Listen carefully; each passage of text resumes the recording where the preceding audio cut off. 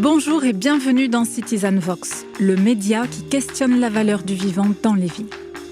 Comment produire des villes à forte valeur urbaine, c'est-à-dire habitables, fluides, créatives, bref, résilientes, en partant des sols? Comment tisser un lien vertueux entre la production urbaine et l'utilisation des ressources? Je suis Fanny Hervera et avec mes invités, j'explore ce vaste sujet sous toutes ses formes. C'est parti!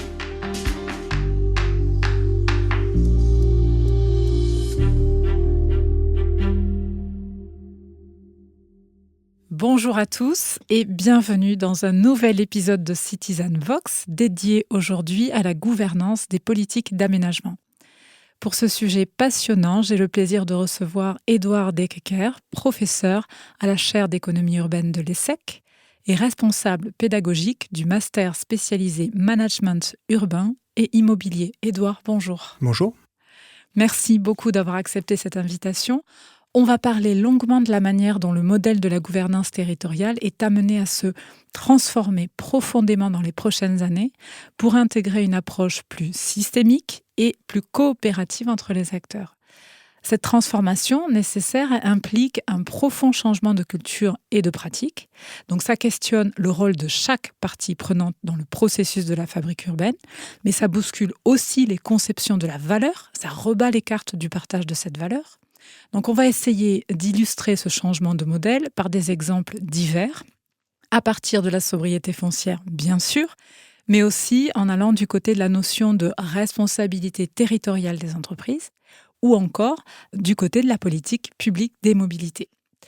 D'abord, évidemment, on va commencer par revenir un peu sur votre parcours. Vous avez un parcours mixte. Vous avez travaillé à la fois dans le secteur privé et le secteur public. Est-ce que vous pouvez nous présenter rapidement ce parcours ? Merci, donc pour dire tout le plaisir que j'ai à échanger avec vous. Donc effectivement, alors moi j'ai un parcours mixte public-privé, j'ai aussi un parcours mixte académique et on va dire opérationnel. Donc j'ai une première formation qui est une formation plutôt académique, donc à l'École normale supérieure de Cachan, qui s'appelait Cachan à l'époque et Paris-Saclay aujourd'hui, en histoire et en sciences sociales. Donc j'ai eu une première formation plutôt sur les sciences humaines et sociales et que j'ai ensuite, on va dire, renforcé à travers un prisme plus géographique en arrivant à l'ESSEC, où j'ai suivi les enseignements de la chaire d'économie urbaine, dont je vais évidemment reparler, dans laquelle j'ai été étudiant avant d'y être professeur aujourd'hui. Et c'est là que j'ai commencé effectivement à trouver un cadre qui me semblait tout à fait intéressant et rare, à cheval entre l'académique et on va dire des problématiques d'acteurs opérationnels, d'entreprises, de collectivités publiques ou autres structures d'aménagement. Donc je crois beaucoup d'abord à l'hybridation entre la recherche fondamentale, la recherche appliquée, le conseil, l'enseignement. Voilà, ça c'est la première des hybridations, on va dire. Ensuite, effectivement, je suis allé travailler un petit peu dans le conseil d'abord, comme souvent les étudiants généralistes qui n'ont pas d'idée, ils vont souvent dans le conseil. Commence par là, oui. Voilà, donc après le bac, on va en prépa quand on n'a pas d'idée, qu'on peut aller en prépa et qu'on a envie, et puis après on va en conseil, plutôt à destination du secteur public. Donc j'ai fait plusieurs années, et puis j'ai pu faire une thèse en économie urbaine, donc sur laquelle je reviendrai, sur Paris et sur Londres, toujours en convention CIFRE, donc toujours avec cette idée d'hybridation entre la recherche académique et un travail en cabinet de conseil auprès du secteur public, essentiellement pour des acteurs de région parisienne à l'époque. Voilà. Et puis ensuite, je suis revenu en fait donc à l'ESSEC en particulier dans cette chaire et dans cet écosystème immobilier urbain très spécifique à l'école. Voilà, pour continuer un petit peu à exercer cette conviction de l'hybridation public-privé. Après un passage aussi en collectivité locale. Oui, voilà. Vous avez travaillé pour le département des Yvelines ? Oui, quelques années. Quand j'étais étudiant à l'ESSEC, j'ai également fait mon alternance à la ville de Paris aussi. Voilà, donc parcours à la fois public, privé, et puis parcours à la fois académique et on va dire opérationnel. Donc j'essaie un peu de jongler entre ces mondes aussi aujourd'hui à travers la chaire. De faire un petit peu la passerelle entre tous ces mondes. Et finalement, on va le voir, mais dans la responsabilité territoriale des entreprises, c'est un peu aussi l'idée, c'est d'arriver à faire une passerelle entre le monde du secteur des entreprises et du public pour peut-être arriver à travailler autrement. Oui. Peut-être avant qu'on passe vraiment à notre sujet, présenter les travaux de recherche de la chaire. Et voilà, ce serait intéressant quand même que vous puissiez recontextualiser ce que vous faites à la chaire. Bien sûr, donc la chaire d'économie urbaine donc existe depuis quasiment 40 ans. En fait, c'est une des particularités de l'ESSEC dans le paysage des écoles de commerce. En fait, en France, on est vraiment la seule école qui a investigué cette question des territoires, de la ville, à travers des enseignements, mais aussi des travaux de recherche, effectivement. Et comme on va parler de responsabilité territoriale des entreprises, c'est intéressant de revenir effectivement sur cette conception un peu particulière parce qu'on est une école de commerce. Donc en fait, notre objet premier, c'est l'entreprise. Mais on a fait le constat, à la fin des années 80, que une entreprise, en fait, quel que soit son secteur d'activité, elle existe dans sa relation à un environnement externe, d'abord par ses choix de localisation, et ensuite par les interactions qu'elle va être amenée à développer avec d'autres parties prenantes dans la ville ou dans le territoire dans lequel elle est implantée. Donc la préoccupation première, c'était d'essayer de comprendre effectivement les choix de localisation des entreprises et par extension des acteurs, donc les moteurs de la dynamique des villes et des territoires, et le rôle, on va dire, des formes de gouvernance économique, donc public-privé, dans la trajectoire des territoires. À l'origine, la trajectoire économique, et puis effectivement, tous ces sujets étant percutés par les questions écologiques, quel impact finalement ont les questions écologiques sur l'attractivité, en fait. C'était assez précurseur dans les années 80, plutôt dans une décennie où l'entreprise, justement, se souciait vraiment assez peu, me semble-t-il, mais vous allez peut-être me corriger, de l'environnement, de son environnement, voilà, ça c'était un petit peu... Est-ce que vous me corrigez ou pas ? Non, c'est assez juste. Il faut distinguer plusieurs choses. Il y a le contexte macroéconomique, qui était, en fait, on terminait une période qu'on appelait fordiste, qui est une période, effectivement, d'un long XXe siècle, où le rôle, ça c'est un paradigme mondial, le rôle des externalités dans la localisation des entreprises était assez faible. En fait, on était dans une période de faible innovation technologique, ni de contre-révolution énergétique, ce qui fait que la croissance se faisait essentiellement par gain de productivité interne aux entreprises. Et donc, en fait, finalement, les entreprises construisaient des modèles productifs très intégrés sur un paradigme d'économie d'échelle, de taylorisme. Et donc, en fait, finalement, elles avaient un fonctionnement qui était un peu aveugle au territoire autour. Donc, certaines s'en préoccupaient, mais c'est vrai que globalement... Le modèle, c'était pas de s'occuper de l'ancrage territorial. Non, parce que finalement, on pouvait d'ailleurs, la puissance publique, à l'époque l'État aménageur, pouvait beaucoup plus facilement qu'aujourd'hui, par des mécanismes d'incitation foncière, fiscale, influer sur la localisation des entreprises et d'ailleurs souhaitait plutôt les sortir des cœurs urbains pour les amener dans une logique d'équilibre des territoires. Aujourd'hui, on est effectivement sorti de ce paradigme avec la révolution numérique. Le rôle des externalités est beaucoup plus fort que les incitations foncières et fiscales. Et donc les entreprises préfèrent aller payer plus cher, en fait, un coût foncier ou un coût immobilier dans des zones fortement concurrentielles, où l'espace est fortement concurrentiel, parce qu'elles ont besoin vitalement de ces externalités territoriales. Donc on est revenu dans une séquence de la deuxième moitié du 19e siècle, en vérité, qui est une séquence vraiment de métropolisation, d'urbanisation forte, après ce long 20e siècle. Et après, pour finir sur votre question, il y a le cas de la France plus spécifiquement, où c'est vrai qu'on est encore, je pense aujourd'hui, alors moi je suis pas objectif, je défends ma paroisse entre guillemets, mais je pense qu'on est encore finalement sur ces sujets dans des approches encore assez silotées entre le monde de l'entreprise et le monde des politiques publiques. Donc nous on essaie de porter finalement des réflexions hybrides, donner une culture publique à des futurs professionnels de l'entreprise sur ces secteurs et peut-être donner aussi une culture un peu plus économique, financière à des futurs professionnels des politiques publiques parce qu'ils en auront besoin ensuite pour bien penser l'aménagement du territoire. Le deuxième axe qui me semble vous avez développé à la chaire, c'est aussi la question de la transition écologique et climatique. Vous êtes quand même très largement saisi de ce sujet. Je pense par exemple à des webconférences ou en tout cas des webinaires que vous animez avec la chaire transition écologique, les matins de l'habitabilité, je crois. Donc c'est un axe de travail fort aussi pour la chaire ? Oui, alors il y a la chaire, il y a l'école dans son ensemble. La chaire de transition écologique a été créée par Anne-Claire Pache, qui est donc une professeure à l'ESSEC et qui porte ces questions à l'échelle de l'ensemble de l'école. Nous, aussi, dans la chaire d'économie urbaine sur nos sujets, on est traversé par ces questions qui sont des questionnements transversaux. Et donc les matinales de l'habitabilité, on les a créées dans le cadre d'un partenariat important qu'on a noué il y a 4 ans avec EDF, sur lequel je pourrais revenir et qui nous amène à réfléchir effectivement à l'impact de la transition écologique sur des territoires et aux questions et aux conditions d'adaptation des territoires, où en fait on relie la question de l'attractivité à l'aune des questions climatiques et donc on pense qu'on va parler de plus en plus plutôt d'attractivité que de maintien de l'habitabilité d'un territoire. C'est là-dessus qu'on essaie de réfléchir à travers ces matinales et faire des zooms sur certains leviers. C'est pas l'inverse qui vont être décisifs. Est-ce qu'on va plutôt mettre l'accent sur justement le maintien de l'habitabilité plutôt que l'attractivité des territoires? Oui, c'est ça. J'ai dû m'embrouiller dans mes négations. Okay. Mais effectivement, on va plutôt... Alors la question de l'attractivité reste centrale, mais relue d'une manière différente. C'est-à-dire, elle est enrichie par les problématiques et les complexités environnementales.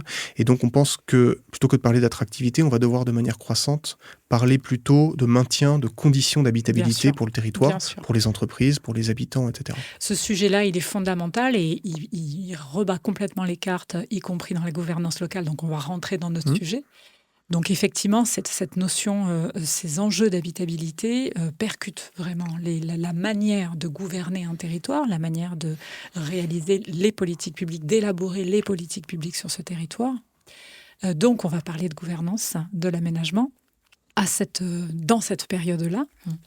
Peut-être d'abord commencer par le début, c'est-à-dire commencer par peut-être définir ce que c'est que la gouvernance et ce qui l'a caractérisé, c'est quoi une gouvernance au XXe siècle. Quels sont les grands éléments qui déterminent, qui caractérisent la gouvernance au XXe siècle? Alors, je vous remercie de commencer par là, parce que souvent on oublie un peu les débats théoriques. Et en fait, alors, la notion de gouvernance, en fait, elle vient à l'origine d'un courant qu'on appelle le courant de l'économie néo-institutionnelle.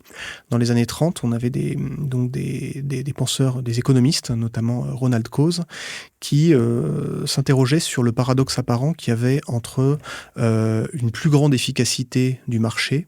C'était le postulat néoclassique, concurrence pure et parfaite, et donc intérêt à multiplier la concurrence et les transactions, plutôt que d'avoir des grandes structures intégrées.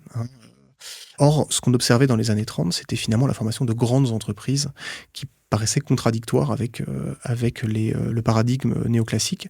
Et en fait, il l'expliquait à travers, c'est le premier qui a utilisé cette notion qu'on appelle les coûts de transaction, c'est-à-dire sur le fait qu'il y a des coûts à recourir au marché. Il faut rechercher l'information, il y a des coûts ensuite pour former les contrats, passer ces contrats, contrôler leur exécution. Et donc, il y a en fait un équilibre à trouver, qui est donc la taille optimale de l'entreprise, entre le recours au marché et l'intérêt à internaliser des choses, des pratiques et des transactions pour diminuer ses coûts, justement.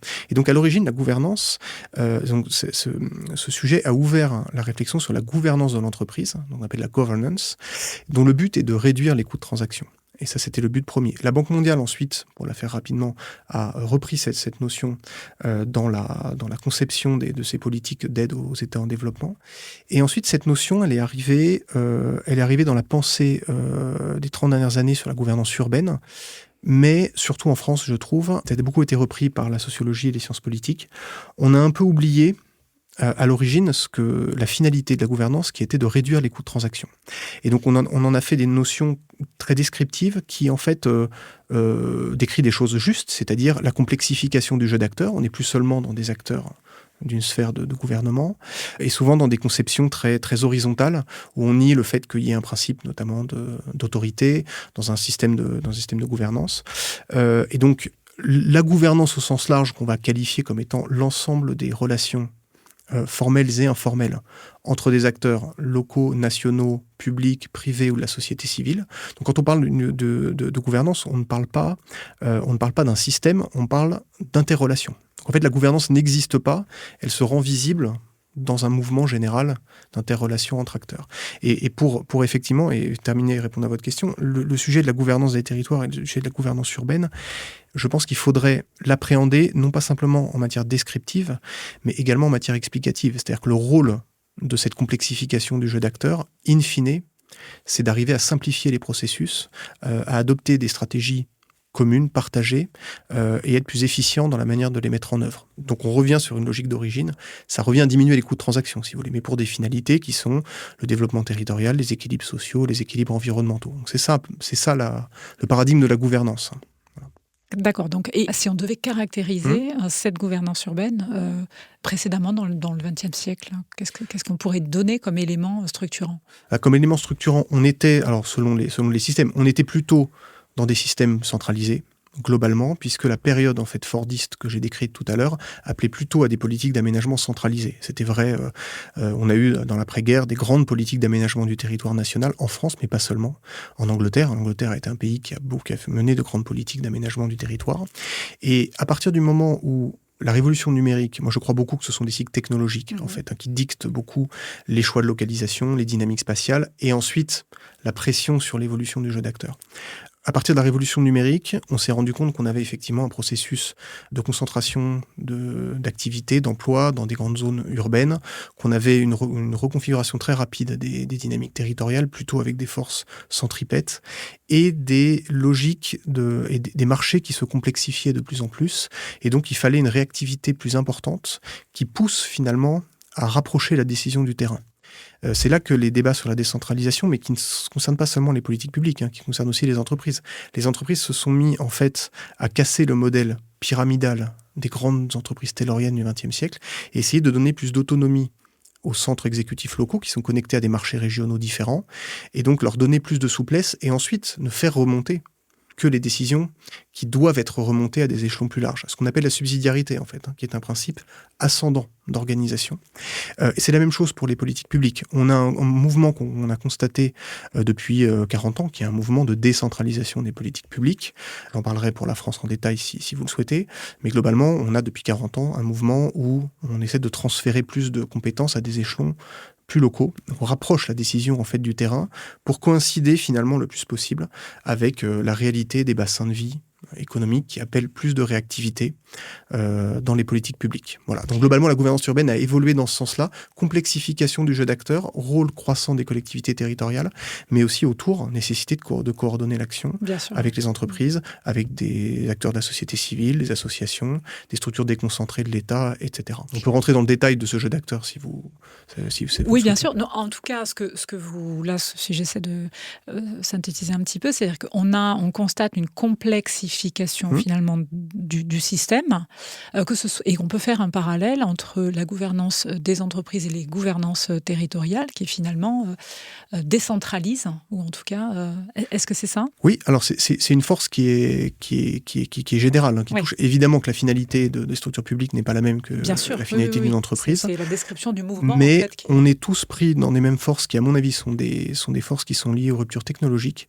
et qui, en fait, accélèrent le temps et complexifient les marchés, les cycles. Enfin, quand vous interrogez beaucoup de chefs d'entreprise ou beaucoup même d'élus, tout le monde est frappé par l'accélération du temps. En fait, des cycles économiques se raccourcissent. Et donc, il faut être de plus en plus réactif. Et donc, tout ça pousse tout le monde. Ce sont des forces qui poussent à rapprocher la décision du terrain. Voilà, qui est un principe général, qui se traduit de manière différente selon les pays, selon les cas, mais en fait, on sent que les forces poussent dans ce sens-là. Donc il y a l'accélération finalement du temps qui pousse à ce mouvement-là. Est-ce que, on l'a évoqué tout à l'heure, la question de l'habitabilité des territoires, en tout cas la nécessité de préserver ces conditions d'habitabilité sur le territoire qui sont liées aux nouvelles conditions écologiques et climatiques dont on a pris conscience. Est-ce que ça aussi, ça joue dans la transformation du mécanisme de la gouvernance territoriale ? Je pense que ça joue, mais à mon avis, ça joue plutôt un rôle, enfin ça appelle évidemment un principe de subsidiarité aussi, mais qui était déjà, à mon avis, prôné en fait, de toute façon, même si on a du mal à le mettre en place en France, on y viendra. Par contre, je pense que ça nous pousse, ou ça doit nous pousser, pour le coup, à un autre mouvement qui est un mouvement plus de transversalité des politiques publiques, des sujets. On a une tendance, là je vais rentrer plutôt sur le cas de la France. D'abord, on a une tradition très descendante des politiques publiques. Ça fait des siècles que ça dure, qu'on a mis en place ça. Donc on est très à l'aise dans des mondes qui sont des mondes plus fordistes, centralisés, où l'État... Et verticaux. Verticaux, exactement. On est très à l'aise intellectuellement, politiquement dans ce monde-là. On a plus de mal, dès que la production de valeur se détache de l'imitation et de la rationalisation vers l'expérimentation, la prise de risque, etc. On sent qu'on a plus de mal, parce que c'est pas notre culture.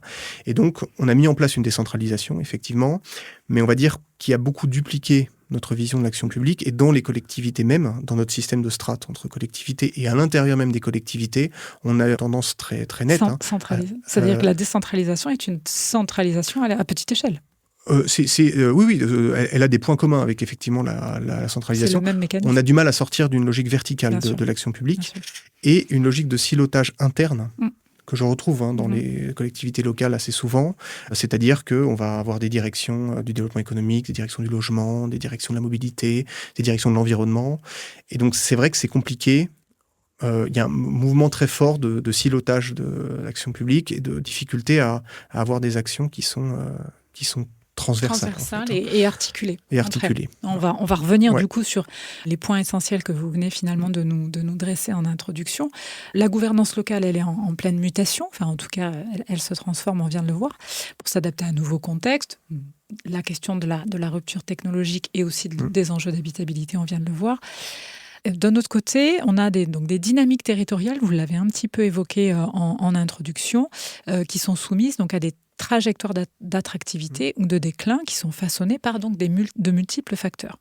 Vous avez rédigé une thèse intitulée Paris-Londres, dynamique métropolitaine et gouvernance économique. Donc, est-ce qu'on peut revenir rapidement sur la manière dont se structurent ces dynamiques dans le territoire ? Oui, bien sûr. Alors, sur ma thèse, c'est le cas des grandes métropoles, de deux grandes métropoles et deux grandes métropoles mondiales en Europe de l'Ouest. Mais en fait, ces réflexions peuvent être aussi... c'est le cas notamment de tous nos travaux sur la dynamique des villes, en fait, à la chaire, aussi appliquée plus largement aux aires urbaines ou aux aires d'attraction des villes françaises. Globalement, ce qu'on observe, je disais, c'est un retour des forces d'agglomération très forte, contrairement au XXe siècle, tel qu'on l'avait observé avec la deuxième révolution industrielle, c'est-à-dire un premier mouvement de métropolisation des activités. Donc ça, on l'observe très nettement, il se poursuit. Je sais qu'on a beaucoup dit que la métropolisation était terminée, que la crise sanitaire allait plutôt avoir tendance à inverser le processus. Tout ceci est vu de l'esprit aujourd'hui, on pourra en débattre. Donc en fait, ce qui s'est passé, pour le faire de manière très rapide, avec la révolution numérique, c'est donc une réorganisation du système productif mondial, donc une mondialisation des activités et des échanges qui a coïncidé en fait avec la montée en puissance de fonctions tertiaires très qualifiées dans les entreprises qui organisent ces échanges mondiaux. Donc on pense souvent à la mondialisation comme un mouvement de dispersion des activités. En fait, c'est plutôt un mouvement d'augmentation des latitudes stratégiques des entreprises pour organiser des chaînes très complexes de production mondiale, mais qui coïncident avec une concentration d'activités, des activités tertiaires qualifiées qui organisent cette complexité. Et ces activités-là, ce que l'INSEE qualifie d'emploi métropolitain, donc en catégorisant des métiers de siège, des métiers de recherche et développement, des métiers de prestation de services aux entreprises, donc conseil, activités financières, activités d'expertise juridique, etc. Tout ce qui va en fait accompagner les grands donneurs d'ordre et les prestataires de services autour. Cette localisation-là est très métropolitaine. Donc elle se concentre dans quelques grandes villes et quelques grandes métropoles. Donc il faut bien avoir en tête, on est dans un mouvement d'agglomération des activités extrêmement fort depuis 30 ans. Donc c'est une concentration de la dimension stratégique. Exactement. Et au contraire, une mondialisation, une dispersion de la dimension opérationnelle. Tout à fait. Okay. Tout à fait. Donc ça, c'est le phénomène qu'on voit à l'œuvre, qui se traduit de manière très concrète dans les métropoles par transformation de la structure des emplois, de la sociologie, des prix immobiliers, de la pression sur le foncier, de la pression sur le logement, etc. On est là où on était dans une croissance au XXe siècle plutôt suburbaine, et de spécialisation des territoires avec des grandes zones commerciales, des grandes du périurbain pavillonnaire résidentiel, des grandes zones logistiques, on séparait les flux, enfin toute la période fordiste. Ici, on a un mouvement de retour vers les cœurs urbains et de recherche de densité, de mixité des fonctions, ce qui ne veut pas dire que la périurbanisation est finie, puisqu'effectivement la généralisation de la voiture a aussi fait que vous pouvez avoir une concentration des emplois stratégiques dans des métropoles et puis des populations qui derrière, soit parce qu'elles ont du mal à se loger à proximité des emplois, ou soit parce qu'elles ont les moyens d'aller chercher des équilibres entre l'habitat individuel, la proximité avec des aménités du périurbain ou naturel, vont avoir aussi tendance à aller chercher ces équilibres de plus en plus loin en étant connecté à la ville-centre. Et ça, c'est toute la question de l'artificialisation des sols et de la sobriété foncière. C'est comment mieux maîtriser cette suburbanisation. Bien sûr. En termes de métropolisation, ce que vous dites, c'est que contrairement aux apparences, cet effet se renforce au fil des années? Alors, contrairement aux apparences, en fait, quand vous regardez vraiment concrètement, en tout cas, les données de démographie, d'emploi, la métropolisation se poursuit et n'a jamais été aussi importante qu'aujourd'hui. D'accord. Simplement, il y a quelques trompe-l'œil. Alors, le premier trompe-l'œil, c'est que, en fait, il y a un discours qui est très vieux, je pense à un livre de Bernard Marchand, auquel je vous renvoie, qui s'appelle Les Ennemis de Paris, et qui est en fait un livre sur l'histoire de l'urbaphobie en France. Et la France est un pays qui a un peu de mal culturellement avec la ville. On est un pays sociologiquement de petits propriétaires terriens qui s'urbanisent d'ailleurs très tard dans l'histoire, en 1931. Par rapport à d'autres puissances occidentales, c'est assez tardif. Donc on a toujours eu un sujet avec la ville. Et donc le courant vous savez, quand je fais une petite parenthèse, mais je reviens à votre question, quand Internet était balbutiant dans les fins des années 80, début des années 90, vous avez eu tout un courant qui prophétisait la fin des territoires, c'est-à-dire l'idée que avec la révolution numérique, on allait pouvoir travailler de n'importe où et on allait pouvoir s'affranchir de la contrainte spatiale. Moralité, il s'est passé exactement le contraire, ce que je vous ai dit. Et on refait la même chose avec le télétravail. On a eu une batterie d'articles qui vous disaient, oui, bien sûr, l'expérience du confinement, quand on est en cœur urbain, elle peut être problématique, mais c'est normal, vous avez une densité forte et vous avez supprimé l'accès aux services de la ville. Évidemment que là, les avantages de la ville sont plus limités, mais c'est très conjoncturel, en fait, tout ça. En revanche, ce qui est vrai, donc je ne crois pas une seule seconde que la métropolisation soit derrière nous.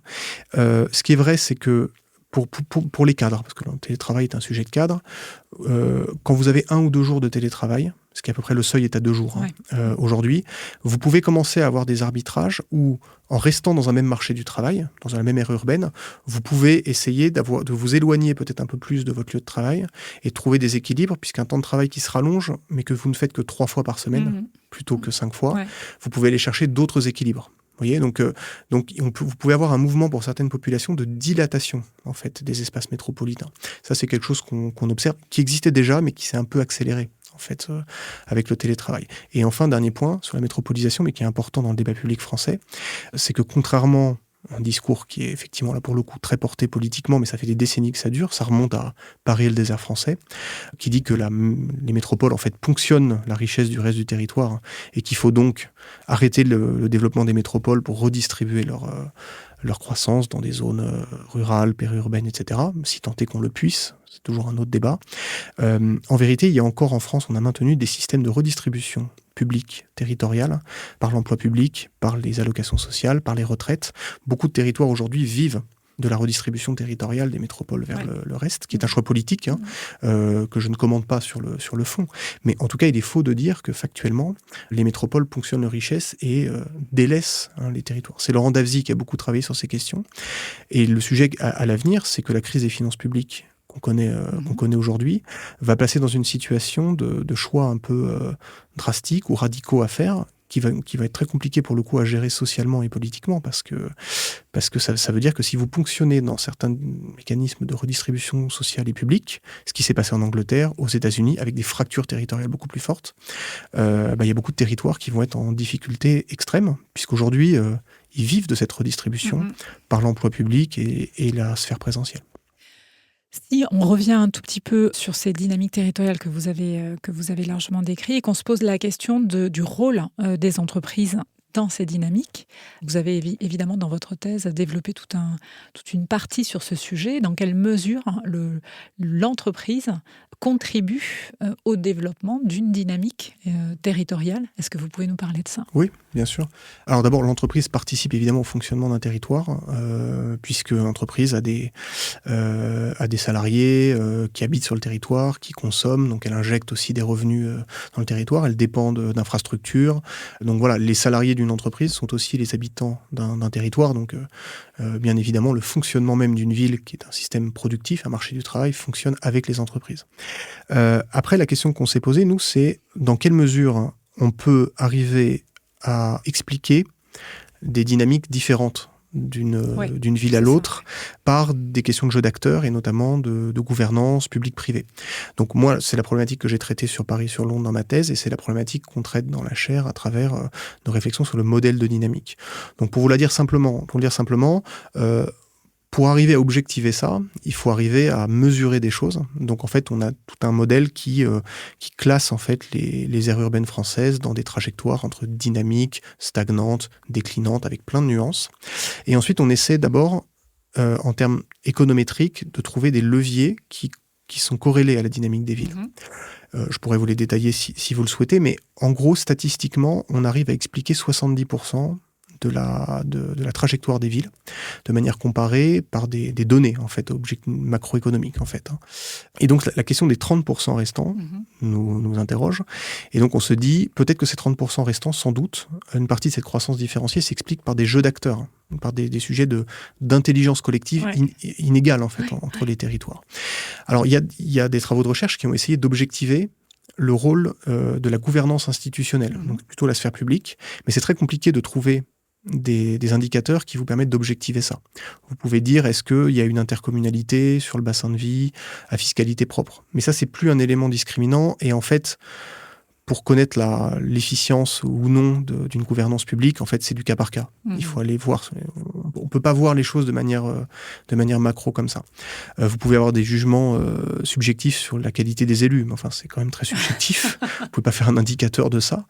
Donc nous, en fait, ce qu'on a regardé effectivement, à travers des enquêtes, des questionnaires nationaux, c'est est-ce qu'il y a un lien entre des territoires où les entreprises vont s'impliquer particulièrement dans le développement local, de plein de manières, et la dynamique, par ailleurs, du territoire.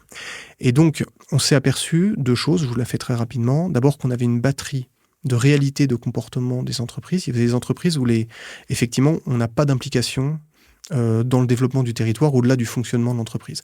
Vous n'avez pas de dirigeants qui vont aller participer à l'élaboration d'un plan d'aménagement, à une agence de promotion économique, qui ne vont pas avoir de politique particulière de priorisation du territoire dans les recrutements, dans le choix des prestataires, dans le sponsoring ou le mécénat pour des grands événements, par exemple.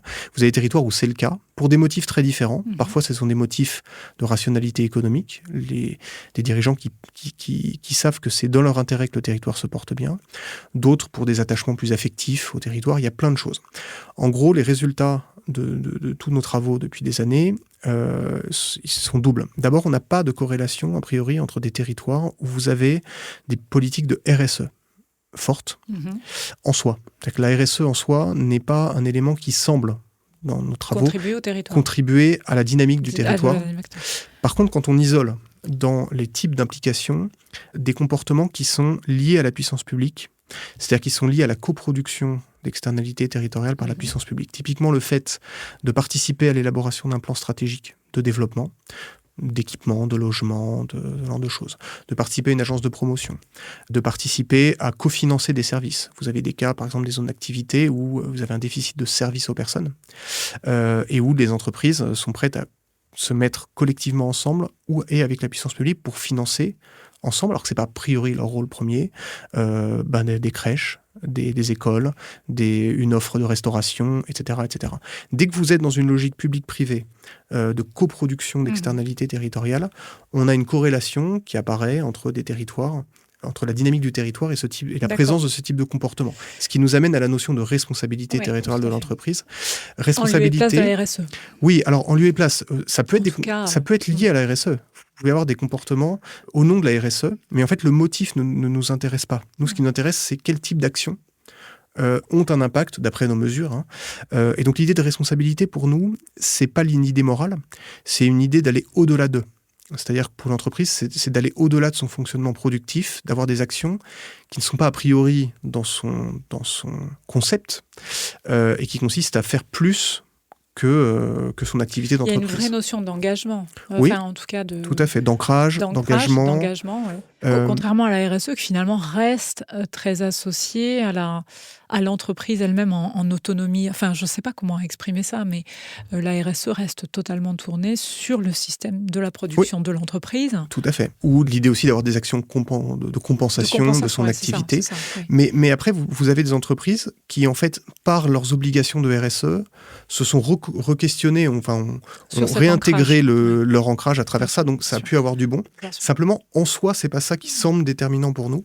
Et donc, l'idée de responsabilité territoriale, c'est à la fois des comportements de RSE localisés dans le territoire sur des finalités d'intérêts communs entre la puissance publique et l'entreprise, mais c'est aussi d'autres types de comportements qui sont parfois d'ailleurs très anciens, hein, parce que finalement, vous avez des entreprises dès le 19e siècle qui étaient impliquées dans le développement territorial. Je dirais même que c'était... Enfin, on a toujours des idées idéalisées, mais on a la sensation que les entreprises du début de l'ère industrielle envisageaient leur production vraiment très localisée, très ancrée dans ce territoire et avec une proximité avec la gestion territoriale et une implication.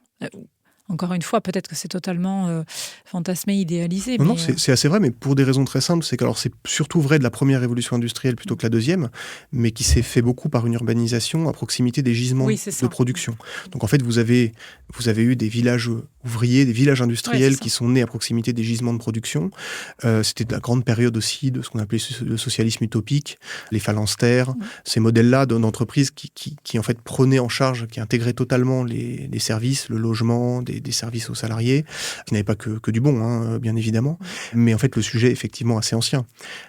Donc dans cette idée de RTE, on appelle la RTE, nous on fait l'hypothèse que la RTE est en fait un complément explicatif de la dynamique des villes telle qu'on l'a mesurée. Et pour faire le lien avec la question de la transition écologique, nous pensons que les questions de transition environnementale au sens large vont renforcer encore la nécessité d'avoir des comportements de RTE de la part des entreprises et des fonctionnements désilotés pour les collectivités et des associations publiques-privées très fortes. Oui, parce que c'est ce que vous disiez au tout début de l'interview. C'était certainement lié à ces coûts. Comment vous appeliez ça ? Les coûts de transaction. Les coûts de transaction, voilà, pour les entreprises, hein, où finalement, face à cette transition écologique nécessaire, en tout cas, ce risque que le territoire altère ses conditions de l'écosystème, finalement, l'entreprise va pâtir très largement de cette détérioration des conditions du territoire. Bien sûr. Alors, il y a cette idée de coût de transaction pour, on va dire, notamment des questions d'efficience générale des stratégies, des stratégies territoriales, le fait d'arriver rapidement à des diagnostics partagés, éviter les pertes de temps, éviter la déperdition quand vous avez une myriade d'interlocuteurs. Tout le monde a intérêt à avoir plutôt des stratégies partagées, négociées et mises en œuvre. Donc c'est ça le principe des coûts de transaction. Et je pense que les questions environnementales amènent aussi à... ça c'est une conviction qu'on a forgée ces dernières années à travers les travaux qu'on fait pour EDF, je voudrais vous en dire un mot, parce qu'ils sont tout à fait révélateurs de ça. C'est que beaucoup de leviers ou de ressources, je ne sais pas comment le dire, des territoires, qui vont structurellement se raréfier du fait du changement climatique, vont devoir à l'avenir être gérés comme des biens communs. Donc on redécouvre la question de la gouvernance des biens communs. Et à mon avis, c'est ça aussi qui va pousser à des comportements de type de RTE et de gouvernance économique. Je vous donne des exemples très évidents. L'eau.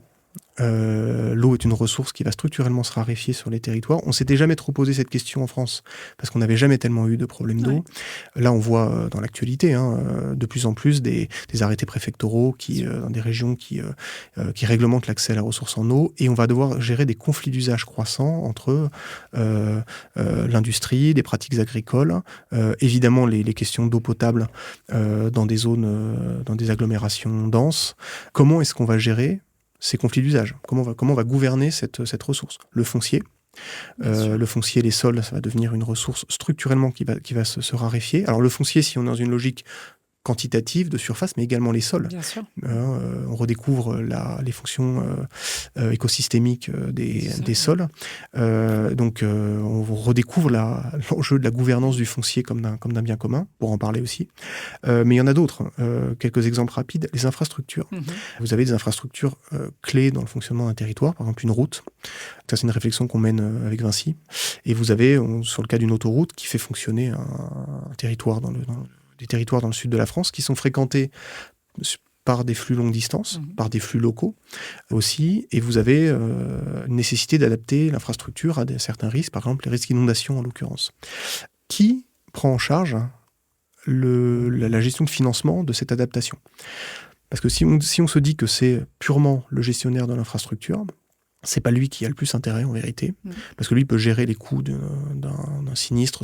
Voilà. Les impacts indirects induits d'un blocage de cette infrastructure sont beaucoup plus grands pour les territoires autour que pour le gestionnaire de l'infrastructure. Donc en fait, tous les acteurs ont intérêt à adapter l'infrastructure, mais donc il va falloir qu'on arrive à gouverner cette adaptation, faire face au mur de financement. Donc les infrastructures sont aussi des biens communs de l'adaptation. Et le dernier, il y en a plein d'autres que je voudrais évoquer, ce sont les ressources humaines. Je vois sur beaucoup de territoires des évolutions démographiques majeures, vieillissement de la population, donc l'inversion du rapport entre les actifs et les inactifs.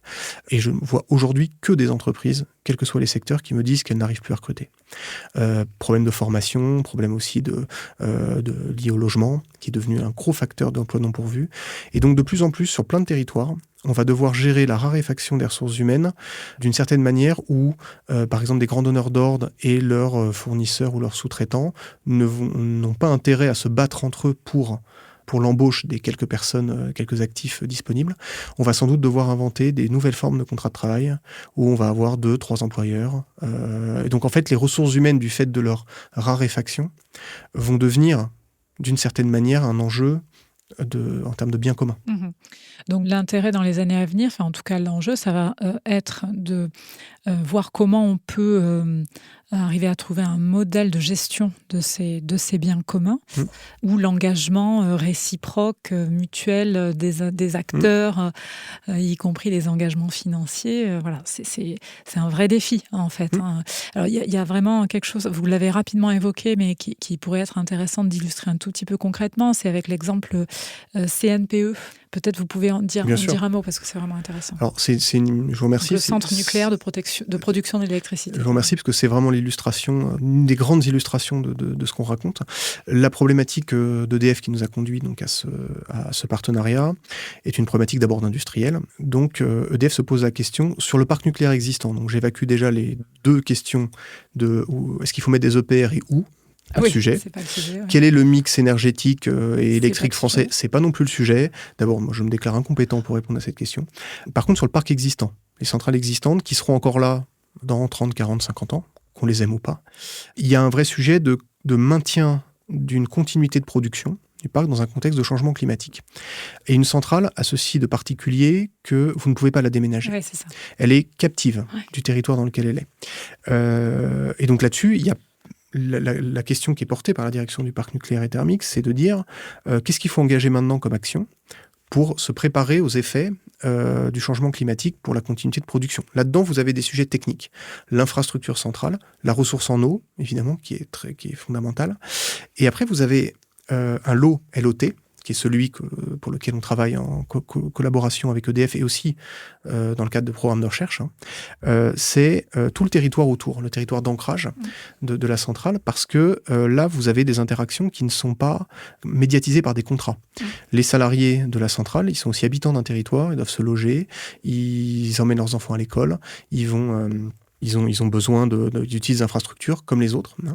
Or, EDF captif d'un territoire ne peut pas, à la manière d'un phalanstère au 19e, prendre en charge, internaliser tous les services. Or, souvent, les centrales nucléaires, ça n'aura échappé à personne, ne sont pas mises dans des centres-villes de grandes métropoles. Donc, ils sont souvent dans des territoires assez isolés, ou des territoires qui étaient très industriels et qui, pour beaucoup, ont grandement souffert de la désindustrialisation. Donc, si vous regardez la courbe de la population et de l'emploi, vous avez souvent des schémas où ça chute radicalement depuis 30 ans. D'où la pression démographique sur les écoles, la capacité des collectivités à maintenir ces services-là, et parfois, du fait du changement climatique, des pressions fortes, des risques inondations, des risques liés à la canicule. On a la vallée du Rhône là, en ce moment, cette année. On a des problématiques de canicule, d'adaptation des logements. Voilà. Et donc, qu'est-ce qu'on fait ? Qu'est-ce qu'on fait quand on est une centrale nucléaire sur un territoire ? Parce qu'on est à la fois pas un acteur comme les autres, mais en même temps, on est aussi une entreprise comme les autres, qui n'a ni les moyens ni la vocation de se substituer à la puissance publique. Et donc, on doit inventer des manières de collaborer de manière beaucoup plus horizontale que la tradition d'implantation des centrales sur les territoires, qui était verticale, qui était celle des grandes politiques d'État des années 60-70. On doit inventer une responsabilité territoriale nouvelle. Voilà.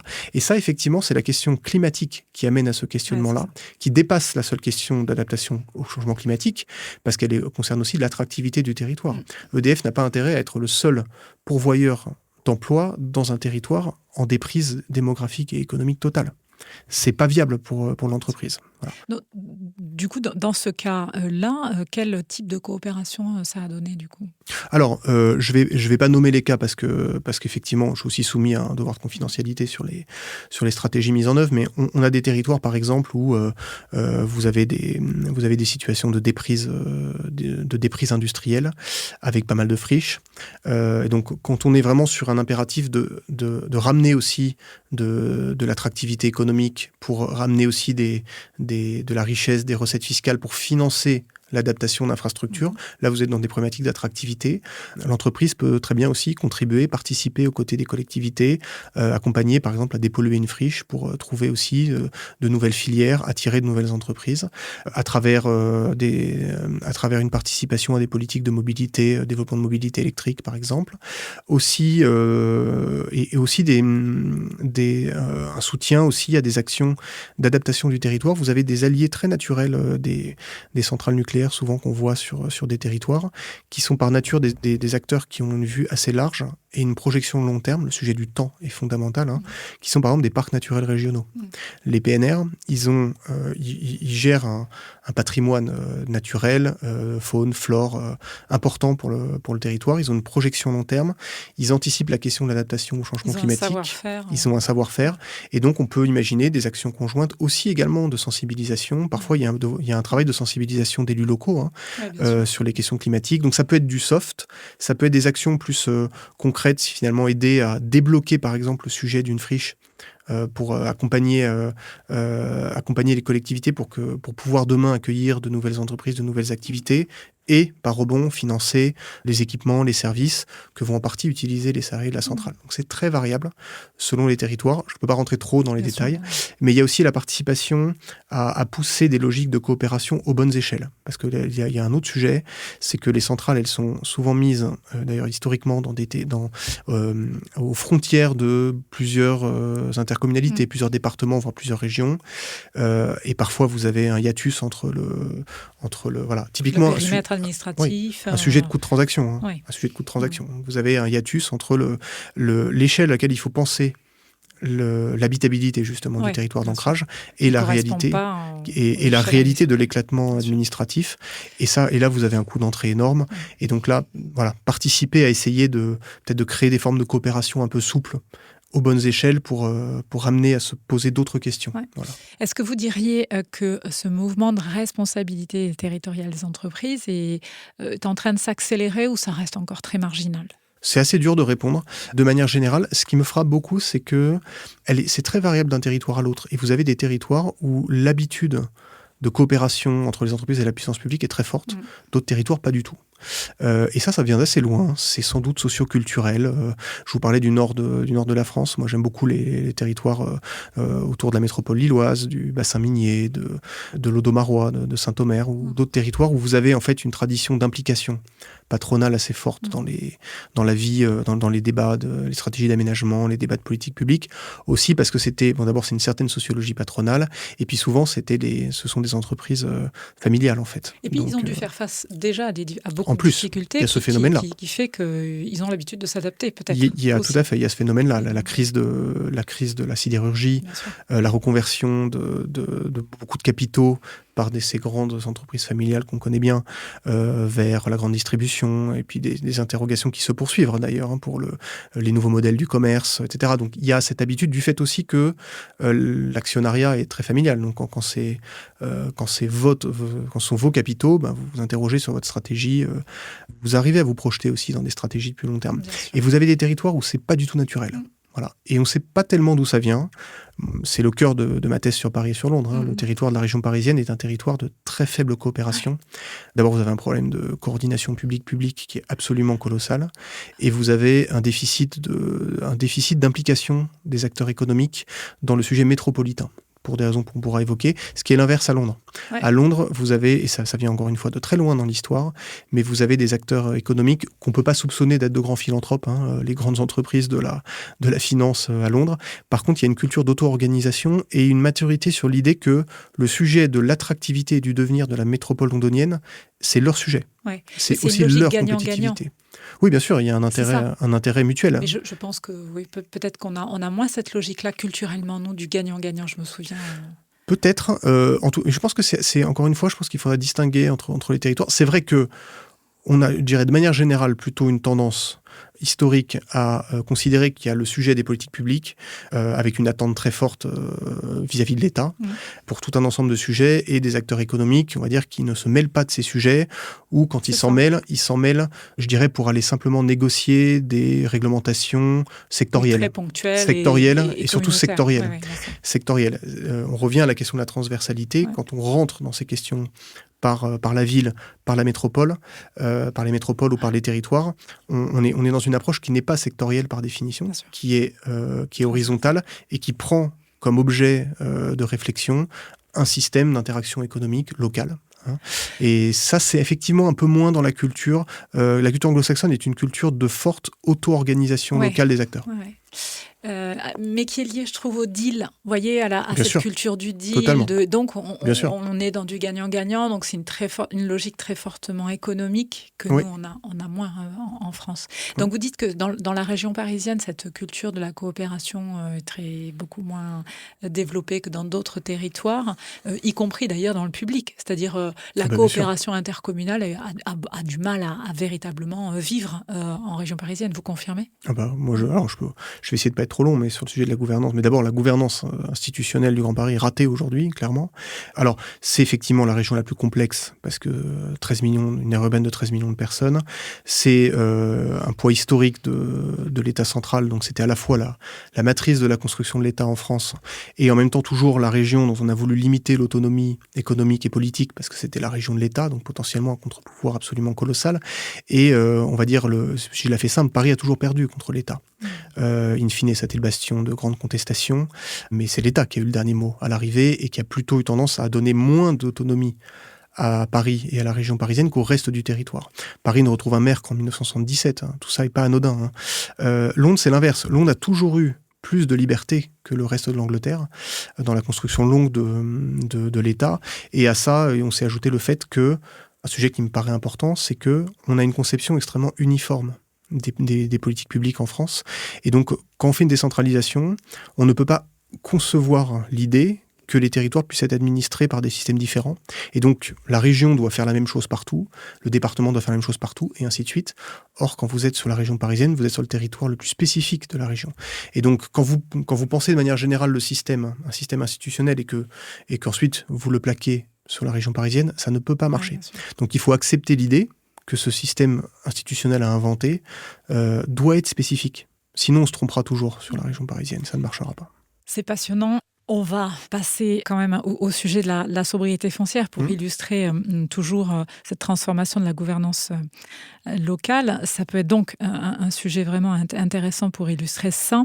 Souvent, la gouvernance locale se crispe, parfois s'adapte pour répondre à la nécessité de consommer moins de foncier. D'ailleurs, la polémique sur le ZAN pourrait être analysée à partir du rapport au pouvoir local. Jusqu'à présent, le permis de construire constituait le symbole du pouvoir exécutif du maire sur son territoire d'intervention. Le ZAN, désormais, contraint ce pouvoir.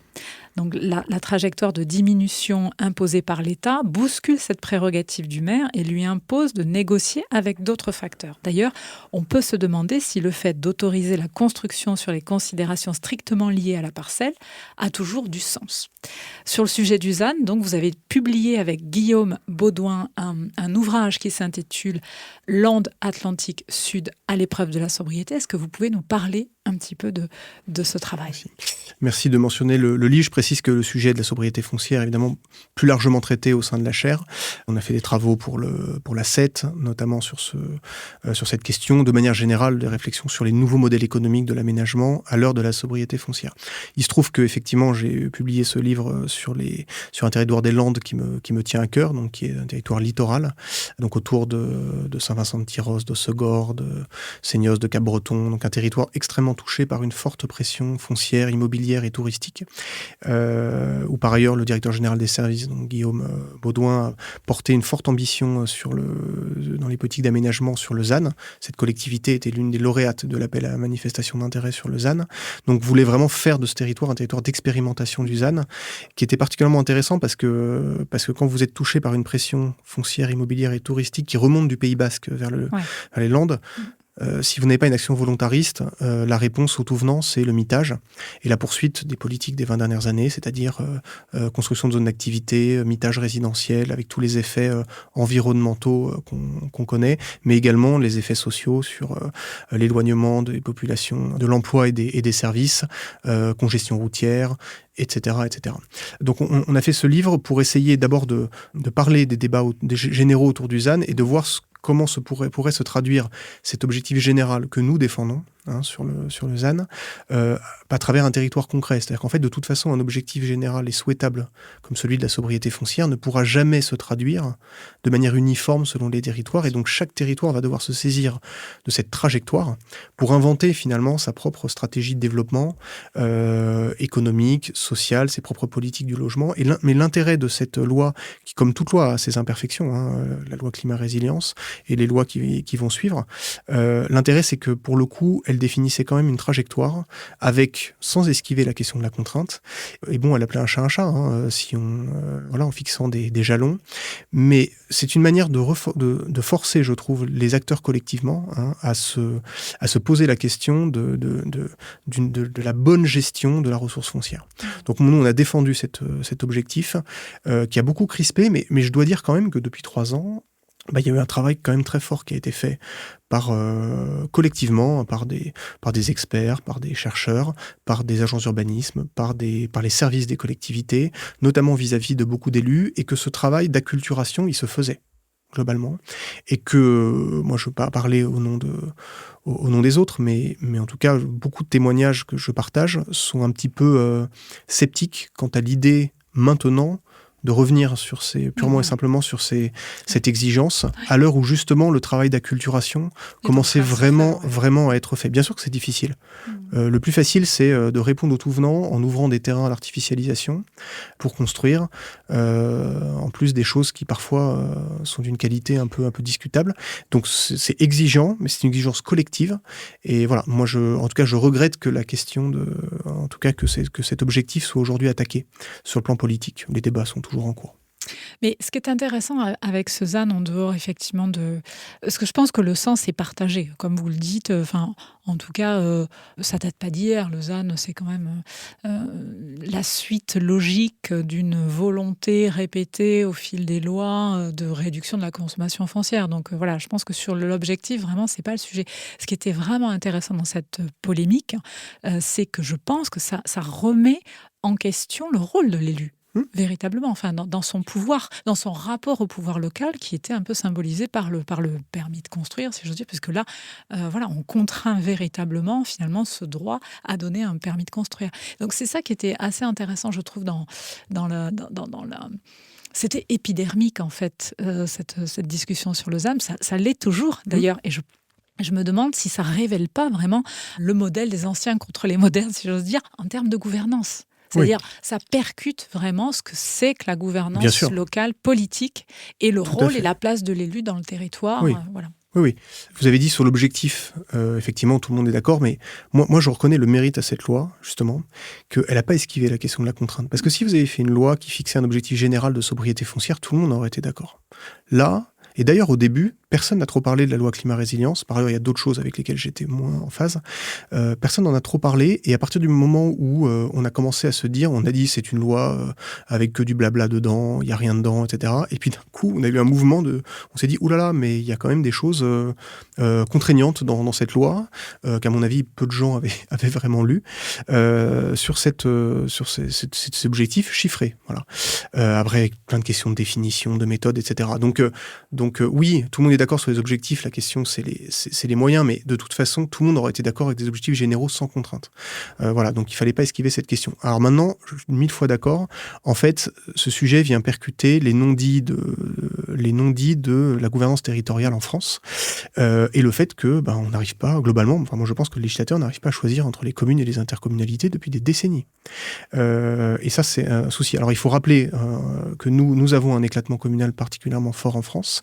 C'est une de nos spécificités, donc on a 35 000 communes, et que, alors ça vient encore une fois de très loin, les débats, il faut se replonger dans les débats de la Révolution française qui sont très intéressants sur l'évolution du système territorial, où les révolutionnaires choisissent de s'appuyer sur les paroisses. En fait existante, dans un pays qui était extrêmement rural et qui l'est resté pendant très longtemps.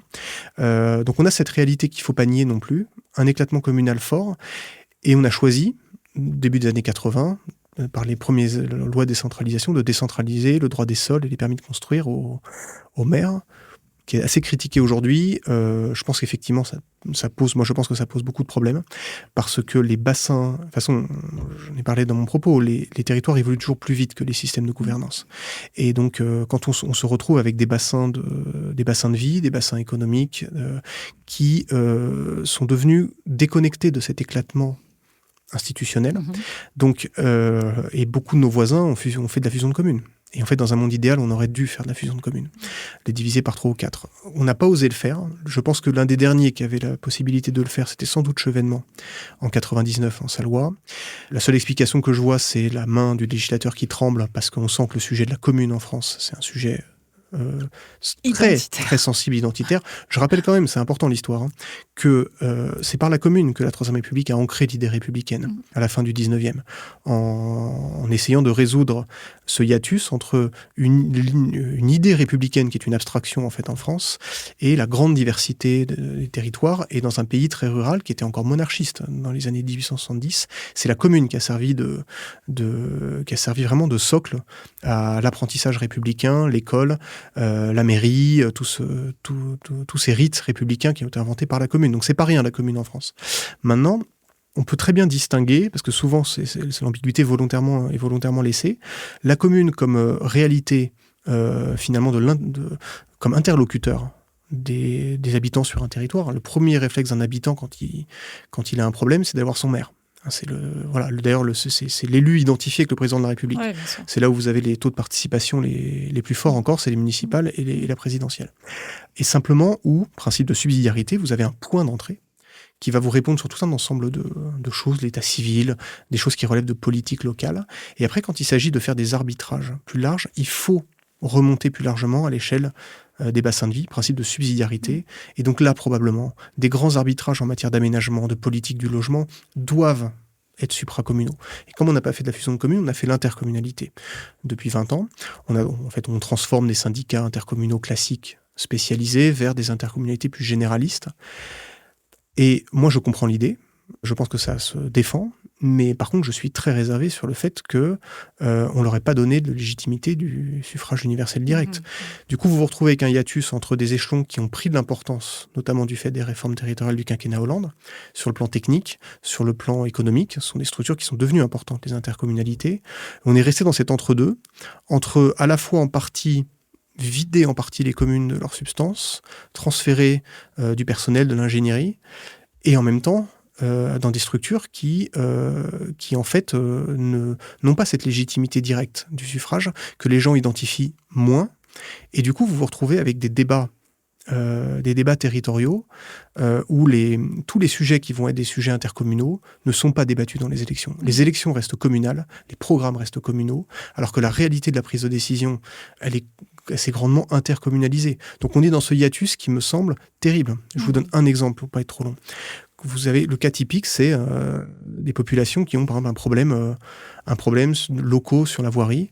On va voir le maire, un premier interlocuteur, et le maire dit oui, mais ça c'est pas moi, c'est le vice-président maintenant à l'intercommunalité en charge de la voirie, qui se trouve être le maire de la commune située à 25 km d'ici. Que voulez-vous que le citoyen comprenne ? Le citoyen, il voit un éloignement de la décision publique, des surcoûts, parce que ça n'a pas généré d'économie d'échelle dans la manière dont on l'a fait, comme pour la fusion des régions, et un déficit démocratique. Donc forcément, il est en colère et il tape sur qui ? Il tape sur son maire. Alors, aujourd'hui, on a une crise, une crise assez forte quand même de la figure du maire qui était quand même extrêmement respectée. C'est ça, moi je pense que c'est ça que cristallise Lausanne. Oui. C'est-à-dire ça finit de renforcer la crise de l'élu local. À quoi aujourd'hui sert un élu local ? Quel est son rôle ? Quel est son positionnement ? Ça cristallise ça. Mais le sujet ne date pas du ZAN. Je pense que le sujet, le ZAN révèle des ambiguïtés dans la gouvernance territoriale qui fait qu'on n'arrive pas on n'arrive pas à véritablement déterminer, choisir comment nous voulons organiser nos politiques publiques. Et on revient un peu au modèle. Est-ce qu'il faut un modèle vertical ou plus horizontal aussi ? Oui. Parce que c'est ça dont on parle, une décentralisation qui reste sur un modèle vertical. Est-ce qu'on voit bien la limite du truc aujourd'hui ? On est à bout de souffle sur ce sujet-là. Ouais. Mais comment on passe à quelque chose ? Et si vous me permettez, il y a un sujet qu'on oublie, à mon avis, d'évoquer et qu'on doit évoquer parce qu'on pense souvent cartographie administrative et compétences, c'est la fiscalité. C'est la fiscalité, c'est-à-dire que c'est pas simplement le débat le débat des moyens budgétaires, évidemment, un débat central, mais en fait, surtout plus profondément, on a détricoté la fiscalité locale, et ça a commencé avec la réforme de la taxe professionnelle sous Sarkozy. Ça s'est poursuivi continuellement, donc comme quoi c'est pas un sujet simplement d'alternance politique. Et donc on peut pas continuellement décentraliser des compétences et non pas retirer des ressources, parce que c'est plus compliqué que le fait d'avoir retiré des ressources purement et simplement, mais le détricotage du lien entre l'élu local, la collectivité locale et le territoire, par ce lien qui était un lien de fiscalité, il est fondamental aujourd'hui. Moi, je tiens la suppression de la taxe d'habitation comme un des gestes de politique les plus stupides des 10 dernières années. Comment voulez-vous attendre qu'on construise, que les élus locaux, qui ont déjà beaucoup de difficultés et beaucoup de forces contraires pour construire du logement, développer leur territoire, le construisent quand vous avez supprimé le lien mécanique entre la croissance de la population et la croissance des recettes pour répondre aux besoins induits par la construction de logements. Oui. C'est complètement déresponsabilisant cette histoire. Donc je pense que le sujet de la fiscalité, il faut vraiment reconstituer une fiscalité locale. Et c'est pas une question d'augmenter les moyens ou pas. Hein. Ce qu'on reconstitue comme fiscalité locale, il faut le prendre ailleurs. Mais c'est pas redonner neutre. Des marges de manœuvre à un moment donné aux élus locaux. Et puis permettre d'avoir des politiques territorialisées.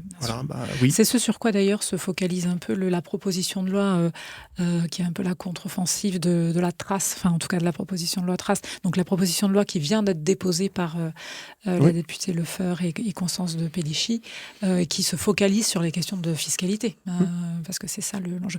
Si je reviens à votre livre sur le ZAN, peut-être pour finir cette séquence, nous donner quelques enseignements de la manière dont c'est organisé le ZAN versus gouvernance locale. Quelques enseignements peut-être.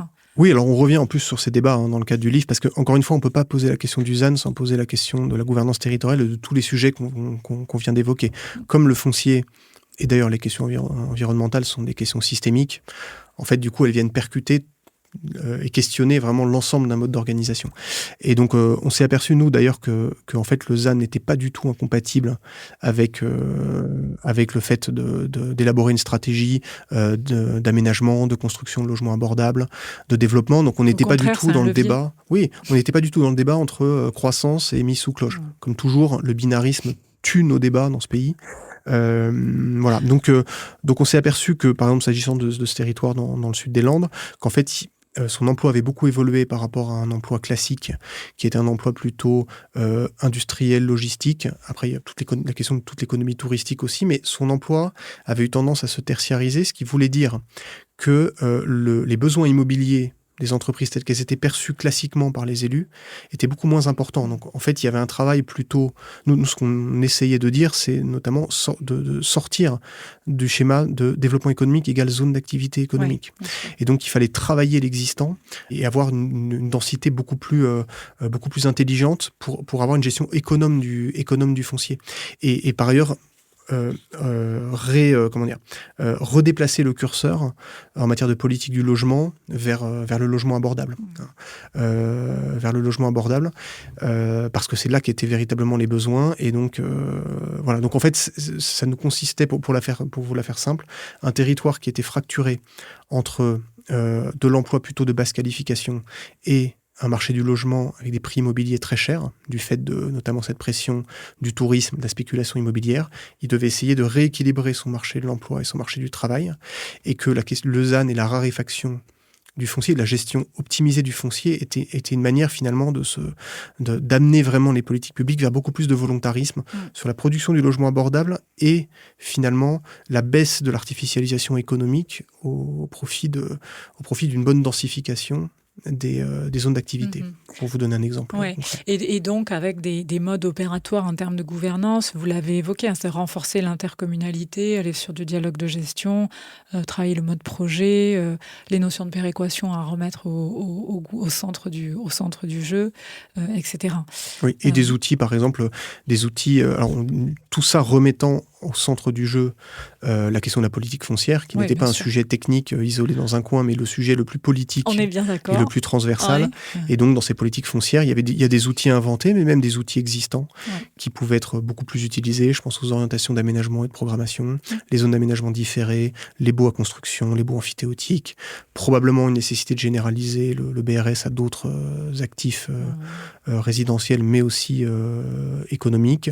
Voilà, donc remettre vraiment, contribuer vraiment à alerter sur la centralité de la question du foncier, parce que je trouve que la puissance publique a tendance à prendre pas mal de retard sur cette question par rapport aux dynamiques privées.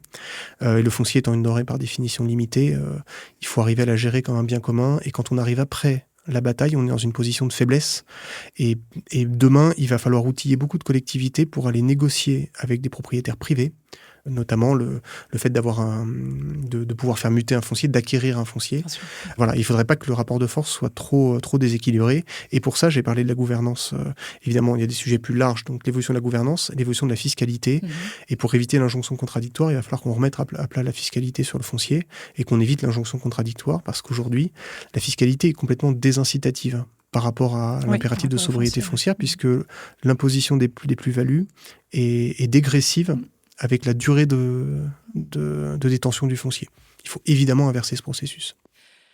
Alors, on vient de le voir, comment la sobriété foncière bouscule le modèle de la gouvernance locale, donc du point de vue plutôt des acteurs, des élus. On peut désormais aller questionner le mode de fabrication des politiques publiques pour comprendre que là aussi, trouver des réponses aux défis écologiques et climatiques impose de passer d'une construction par thématique, nécessairement donc en silo, à une approche beaucoup plus systémique qui intègre du coup la notion de métabolisme urbain, métabolisme du territoire. Donc pour illustrer cette nécessité, on va partir de l'ouvrage qui vient de sortir « Réussir la décarbonation des mobilités dans le territoire », qui a été coordonné par Jean Coldefy et dont vous êtes le co-auteur. Alors, pourquoi avoir choisi de travailler sur le thème des mobilités ? Alors, avant de vous parler des mobilités, je vais venir plus largement le propos sur les enjeux systémiques, parce que c'est le même sujet. Je pense également à une étude qu'on a faite en 2023, donc avec Marie Defay, pour le Léonard, donc le think tank de Vinci, sur la gouvernance de la transition écologique, parce qu'en fait, c'est le même sujet. Et en fait, ce qu'on a fait avec la question des mobilités, c'est de trouver, encore une fois, un point d'entrée qui permet d'ouvrir de manière systémique. Comme pour Lausanne. Exactement, c'est pour moi le même sujet. Ouais. Le même sujet. Et donc effectivement, alors un préambule que je voudrais faire, les sujets sont très complexes, donc je pense qu'il faut aussi accepter collectivement l'idée que quand on va parler de gouvernance, c'est moins pour se dire on va bien réussir à anticiper de manière systémique les effets du changement climatique, avoir une approche en risque, trouver les réponses, etc. En fait, il va falloir qu'on s'habitue à un monde de plus en plus imprévisible. Ça, je voudrais quand même le dire. Ouais. Donc, en fait, on est plutôt modestement sur l'idée de dire que quand on parle d'habitabilité, c'est que en fait, il faut plutôt essayer de maintenir un ensemble de paramètres dans des conditions plutôt favorables et avoir un mode de gouvernance adaptable, plutôt que de dire le territoire va être impacté comme ça, on va l'adapter comme ça. Donc finalement, vous dites plus la planification en fait a de moins en moins de sens, et l'idée c'est de s'ajuster en permanence. Exactement. La planification est utile, on le montre dans l'étude pour Léonard avec Marie. Elle est utile, mais effectivement, il faut surtout ne pas considérer que c'est l'alpha et l'oméga. Et donc là, ça renvoie à tout un ensemble de blocages qu'on liste à la question de la transition écologique, qui sont qu'on a d'abord une tendance à séparer de manière rigide la stratégie et la mise en œuvre en France dans la conduite des projets. Ouais. Donc on élabore des diagnostics qui sont utiles aussi. D'abord, je pense qu'il y a quand même trop de documents de planification, il y a trop de temps passé sur les diagnostics. Et ensuite, on va s'interroger derrière sur l'opérationnalisation de ce qu'on vient de raconter. Et force est de constater que ça ne marche pas, y compris pour les projets. On est un peu piégé dans la conduite de nos projets urbains par la rhétorique maîtrise d'ouvrage, maîtrise d'œuvre, qui est d'ailleurs difficilement traduisible dans d'autres langues, en tout cas en anglais. On a tendance à séparer un peu les deux. On manque un peu d'itération et d'évolutivité dans nos projets qui parfois mettent du temps à sortir et sont quasiment obsolètes quand ils sortent. Donc le sujet de la planification, il faut arriver à essayer de casser un peu ce silo stratégie mise en œuvre qui, encore une fois, est culturel. Il vient de l'aspect descendant de nos politiques publiques et qu'on est très porté sur les grandes stratégies pensées du haut et puis ensuite l'application au terrain. Et l'une des manières de sortir de ça, c'est effectivement trouver ces clés d'entrée. Je vais venir sur la mobilité, mais le ZAN. Et c'est également, ça c'est une idée que Marie Defay avait développée quand elle était, c'est elle qui a conçu cette idée qu'on reprend dans l'étude de territoire de projet. C'est-à-dire que plutôt que de chercher à avoir des documents de planification qui vont traiter de tous les sujets sur tout le territoire, il faut partir de quelques grands objets bien identifiés dans des échelles qui vont, nous on dit, de 100 hectares à 500 hectares, mais qui peuvent être soit des grands générateurs de flux et des grands tènements fonciers, une zone d'activité, mais ça peut être aussi une zone naturelle sensible. Ça peut être une friche, ça peut être un ensemble périurbain à densifier, mais prendre ces grands objets et rentrer directement dans la question de leur mutation, ce qui permet de poser le jeu d'acteurs et de s'interroger sur la mutation de l'existant plutôt que de partir dans des démarches planificatrices et en fait qui nous limitent parce que en fait en vérité elles sont peu spatialisées. Et là il y a un autre sujet que je voudrais mettre en avant, c'est celui de la cartographie et de la représentation. Vous avez parlé de métabolisme là-dessus. En fait, on est un peu piégé par nos outils. Je pense à un exposé que, quand on avait restitué cette étude, chez Léonard, il y avait Karine Hurel qui était venue, qui est donc vice-présidente de la Fédération nationale des agences d'urbanisme et qui est cartographe de formation et qui avait fait un exposé qui m'a beaucoup marqué. Donc je relis souvent mes notes sur le hiatus entre nos outils cartographiques et la réalité que l'on doit appréhender. Et en fait, la cartographie s'est beaucoup scientifisée au XXe siècle, avec les SIG, les systèmes d'information géographique, qui sont en fait des logiciels qui sont euclidiens, c'est-à-dire qui projettent sur une surface plane une valeur, avec en plus, ça tombe bien, un maillage qui parfois est le maillage communal, ce qui permet de retrouver, tomber sur nos pattes avec la cartographie administrative. Mais en fait, la réalité qu'on doit gérer, c'est une réalité de flux. Ce sont des flux. Le métabolisme, c'est une approche des territoires par les flux de personnes, les flux logistiques, les flux de ressources, pour pouvoir identifier des points de vulnérabilité. Qu'est-ce qui rentre, qu'est-ce qui sort, où se situent les vulnérabilités. Et nos outils cartographiques sont défaillants pour ça. Ils sont vraiment pas bons. Donc il faut quelque part réinventer aussi ce qui était aussi une approche plus classique de la cartographie, qui était liée aussi au design, à la créativité, une autre manière de représenter des réalités. Que nos outils nous permettent, et comme dans nos diagnostics et nos documents de planification, ces outils cartographiques ont ces limites, ça veut dire que mentalement, les décideurs appréhendent le territoire d'une certaine façon, de manière thématique, comme dans tout diagnostic, et de manière éclatée. Chaque thématique a des valeurs projetées sur une cartographie communale, et la réalité du dynamisme et du métabolisme des territoires, on a du mal à la voir en fait.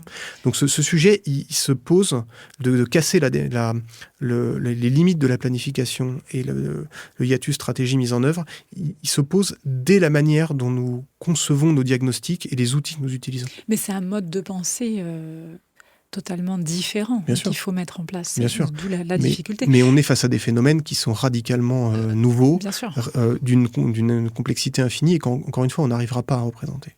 Ça fait appel un petit peu à ce qui émerge quand même depuis quelques années. Par exemple, l'innovation publique, en tout cas les techniques d'innovation publique vont vers c'est-à-dire laisser la place plutôt à l'expérimentation, à l'itération, plutôt, et donc à l'objet d'étude plutôt qu'à la planification et à la grande stratégie, etc. Dès le départ, on voit à quel point c'est difficile de faire émerger vraiment ces sujets-là, en particulier dans le secteur public. L'innovation publique, ça fait quand même plusieurs années, des dizaines d'années que ça existe, et on voit que c'est encore très, très marginal. Donc comment on fait ? C'est une bonne question. Ce qui est clair, c'est que quand on parle de subsidiarité, quand on parle d'expérimentation, quand on parle d'itération, etc., c'était déjà marqué. Il y a des choses qui étaient déjà marquées dans la loi ATR de 92. Donc en fait, alors c'est une des maladies de ce pays, c'est-à-dire la croyance dans le fait que la loi est performative et qu'on met des choses on écrit des choses dans des lois et puis on fait le contraire. Bon. On pense que c'est bon, voire on fait le contraire. Donc il faudrait le faire vraiment, voilà, et essayer de le faire vraiment. Et donc je pense qu'on est pris vraiment dans des schizophrénies sur ces sujets.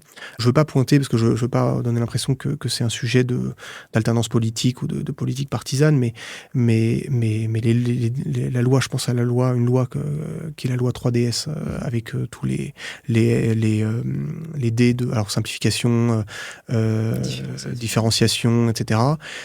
C'est pas pour la pointer du doigt spécifiquement elle, parce qu'en fait c'est un travers qu'on a depuis longtemps, mais une loi qui affiche, parce qu'on est dans l'affichage, qui affiche autant de notions comme ça, pour en fait, quand vous regardez le contenu, être sur des choses qui sont complètement homéopathiques, c'est-à-dire on va renforcer la possibilité d'avoir une expérimentation sur une compétence, une micro-compétence, où pour ça, on doit avoir un élu local qui doit aller monter un dossier, qui doit remonter à l'échelle de tel exécutif de région ou de telle préfecture, en plus sur des périmètres extrêmement larges. Enfin, moi, je suis un peu décontenancé par cette schizophrénie-là. Voilà. Et que je pense qu'en fait, le problème de fond, c'est que il va falloir qu'on choisisse. Moi, j'ai mon idée de à quoi pourrait ressembler un nouveau système d'organisation des politiques publiques. Mais j'en suis à un point où je me dis, peu importe, mais il faut choisir. On a des systèmes qui sont très centralisés sur certaines choses, complètement décentralisés sur d'autres, et où en fait, on a un système qui est émietté. En vérité. Les ressources, les rôles, les compétences sont émiettés. Donc en fait, on est dans un système complètement hybride.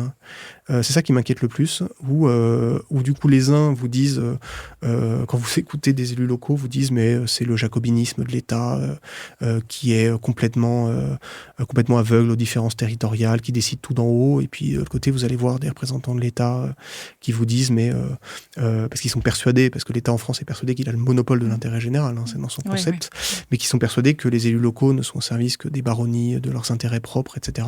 Et en fait, on n'en sort pas. C'est-à-dire qu'en fait, on ne sait même pas répondre à la question de savoir si on est un système décentralisé ou un système centralisé. C'est choisir, c'est ce que vous disiez, mais d'ailleurs, c'est vraiment le sujet, c'est-à-dire choisir, arbitrer, prendre une direction. Oui, c'est ça. Et choisir. Et aligner les moyens, la fiscalité, les responsabilités de manière claire. Voilà. Est-ce qu'on veut aller vers un système véritablement régionalisé, pas jusqu'à un système fédéral ou pas, mais et à ce moment-là, comment est-ce qu'on organise la région, quelle autonomie concrète? Est-ce qu'il faut recentrer l'État sur des fonctions vraiment régaliennes et transférer des compétences à des échelons plus locaux? Comment est-ce qu'on gère tout le sujet des politiques locales entre les communes, les intercommunalités en termes de mode de scrutin, de clarté, mais prendre des décisions claires. Et moi, je souhaiterais que dans la prochaine élection présidentielle, mais c'est un vœu pieux, hein, ce soit l'un des sujets majeurs, c'est-à-dire comment est-ce qu'on veut s'organiser, parce que quelles que soient les orientations, les arbitrages idéologiques, politiques des uns et des autres, de toute façon, on est dans un système qui est devenu tellement hybride et inefficace que toute orientation définie, même nationalement sur tel ou tel sujet, se heurte derrière à des incapacités de mise en œuvre, parce qu'en fait, on a un système qui est parti un peu dans tous les sens, et ne serait-ce que pour la décentralisation des compétences et le détricotage de la fiscalité locale. Ouais. On est un peu dans un système aujourd'hui où j'ai l'impression que les choses se neutralisent. Vous voyez ce que je veux dire ? Totalement. On est tellement dans une complexité que pour compenser les dysfonctionnements, on rajoute des trucs, et le système finit par s'auto-bloquer, quoi. Enfin, exactement. Parce que en fait, c'est très compliqué Mais encore une fois, moi, je ne voudrais pas à la place de dirigeants qui doivent s'attaquer à l'existant, mais il faut qu'on accepte l'idée que c'est un travail collectif. C'est-à-dire que si quelqu'un disait véritablement de s'attaquer à ces systèmes-là, je pense qu'on pourrait essayer de travailler collectivement à ça. Et c'est sûr que si on pense que tout va venir de l'État, d'un homme ou d'une femme providentielle qui va tout régler, etc. Non, ça va être un travail collectif qu'il va falloir faire. C'est un processus. Et c'est un processus. Et voilà. Et donc, je pense que ça devrait vraiment être notre sujet de préoccupation numéro 1, parce qu'on est complètement au bout en termes institutionnels. Et dès qu'on veut donner l'illusion qu'on réforme et qu'on agit sur ce système, vous avez raison, qu'est-ce qu'on fait ? On superpose et on rajoute. Et on finit par avoir des systèmes. Enfin, moi, je mets au défi, mais quiconque, de comprendre comment marche en ouvrant le capot de la voiture France, de comprendre comment ça marche, vraiment. Alors, pour finir, j'aimerais quand même que vous nous donniez un petit aperçu sur la question des mobilités et de comment la mobilité est une clé d'entrée pour penser les politiques publiques plutôt en transversalité et en articulation qu'en silo. Voilà, je vous laisse nous en dire quelques mots. Oui, alors c'est vraiment un plaisir d'avoir fait cet ouvrage, parce que c'est un ouvrage collectif. Donc effectivement, il a été coordonné par Jean Coldefy, donc, que je connais bien, qui est un des spécialistes français des questions de mobilité, qui intervient d'ailleurs dans nos cours aussi. Mais avec nous, il y avait donc Greg de Temerman, qui est physicien, il y avait Jacques Lévy, qui est un géographe, Yves Crozet, qui est un économiste des transports. Donc en fait, on est parti justement de cette idée collectivement de réfléchir à une question qui est celle de la décarbonation des mobilités de manière pluridisciplinaire et systémique. Et donc ça, c'était un exercice qui était très, très stimulant, là, du plaisir humain que j'ai eu à le faire, évidemment, parce qu'effectivement, on faisait le constat que les mobilités sont un secteur dans lequel on a injecté depuis une vingtaine d'années 120 milliards d'euros d'investissement public et de subventions publiques pour une part modale de la voiture qui a quasiment pas bougé. Qu'est-ce qui se passe ? Qu'est-ce qui se passe ? Voilà. Et donc on a du coup dans ce livre essayé de reposer calmement les constats avec une autre conviction qu'on partage, qui est que par pitié sortons du binarisme et des fausses bonnes idées, des fausses évidences. Je sais que c'est compliqué dans la période actuelle avec les outils technologiques, avec le biais de confirmation, les silos numériques, etc. Mais on est saturé de visions binaires entre on cite des exemples, je ne vais pas citer de politique, mais on cite des exemples de certains discours qui nous disent en fait il faudrait choisir entre la voiture, ceux qui sont pro-voiture, et ceux qui pensent que la voiture c'est ringard et que finalement les gens sont addicts à la voiture et que s'ils diminuent pas la voiture, il faut leur expliquer, il faut changer les comportements, etc. Comme si le sujet était aussi simple que ça. Et donc voilà, donc on est parti de ce constat-là, on a essayé d'expliquer pourquoi les émissions, l'usage de la voiture et les émissions ne baissaient pas. Il faut essayer de comprendre pourquoi selon les territoires et proposer des réponses. Et en deux mots, pourquoi c'est systémique ? Parce que si on décompose les émissions carbone liées à la voiture, vous avez tout un volet sur, on va dire, l'évolution, l'intensité carbone de la mobilité, liée par exemple à l'évolution du véhicule électrique, les technologies autour des batteries, les révolutions énergétiques. C'est toute la partie traitée par Greg de Temerman, donc, qui est physicien.